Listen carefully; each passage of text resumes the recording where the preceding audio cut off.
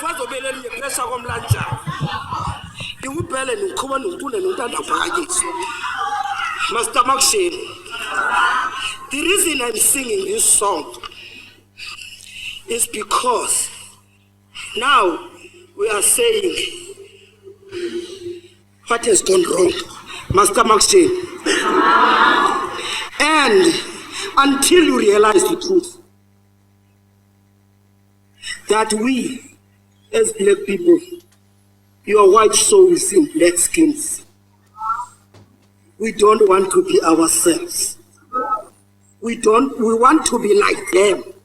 Master Maxine, I'm sorry, I'm going to speak the truth today. Mntwana, yabule. Slal, yabule. Everybody, I'm saying, I greet you in the name of Kamada and our ancestors. Master Maxine.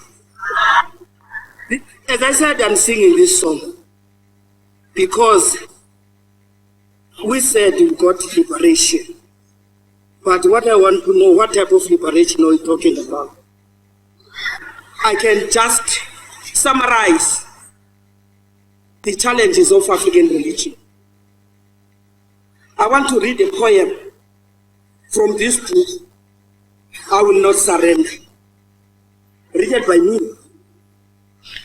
Now this poem number 23, is addressed to the President. It says, Dear Mr. President, Gempilo tata siyaphila, kunjani kuwe tata? We're appealing to you as our last hope. We see you on the screen, happy, smiling, and laughing. We always say, if we can talk to that man, he will understand. But the barriers are making it impossible for that connection. Our tears have dried up, our voices are hoarse. We thought liberation was to be real, but it is not. We thought suppression would be history, but Mr. President, it is alive and kicking. Can you please listen to the spiritually marginalized? Did you know that South Africa has not changed? It is still a Christian country, no freedom of religion. There is still spiritual cohesion from your representative. Have you ever heard the cries of black non-Christians? No, you have always taken it for granted, like your predecessors. South Africa, a Christian oppressive country, more than before. All black schools still imposing Christian prayers. Black nurses in hospitals and clinics imposing Christianity. Poor patients are threatened with hell if they do not repent. Moral regeneration is Christianity at prayer. What do you say, Mr. President? Please lead us with honesty. Every leader wants to leave a legacy, make history by liberating us. We are still suppressed. We are not Christians and no interest to be. Our religion is not an exclusive culture. It's not divination or African initiated churches. Hear from us on how we define ourselves. Stop your opportunists. Your messengers are very oppressive, arrogant, and are making us nauseous. We are not sure whether this is not a colonial strategy to further suppress or colonize indigenous spirituality.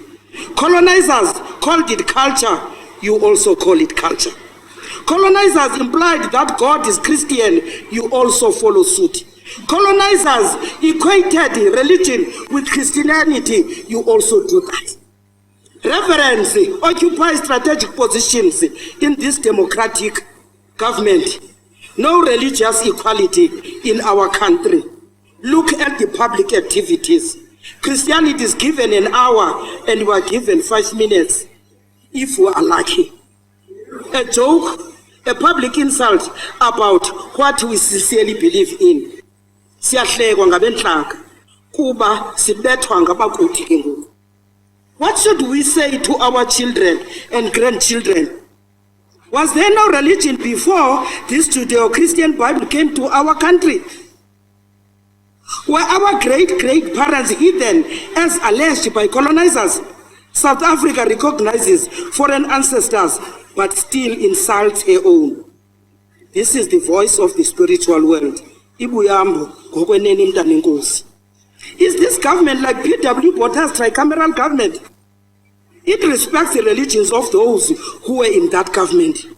It respects Judaism, Christianity, Islam, Hinduism, you name them.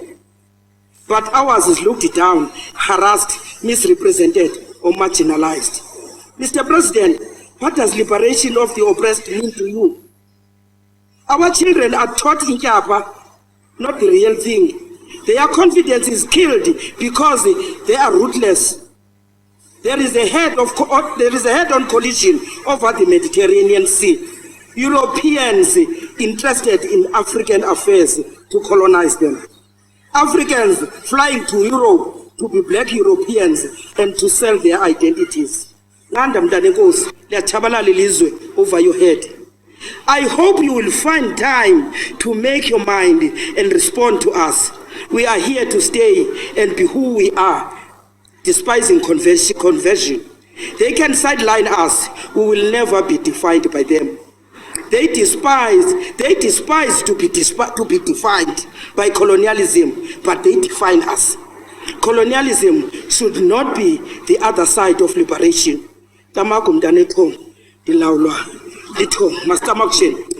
Why are things changing with Africa and not with the West? Why I must be like, no ways.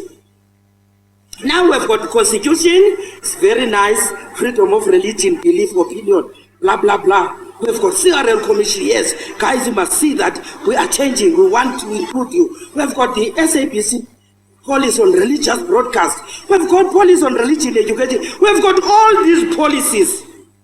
But practically, are they working? No. That's it.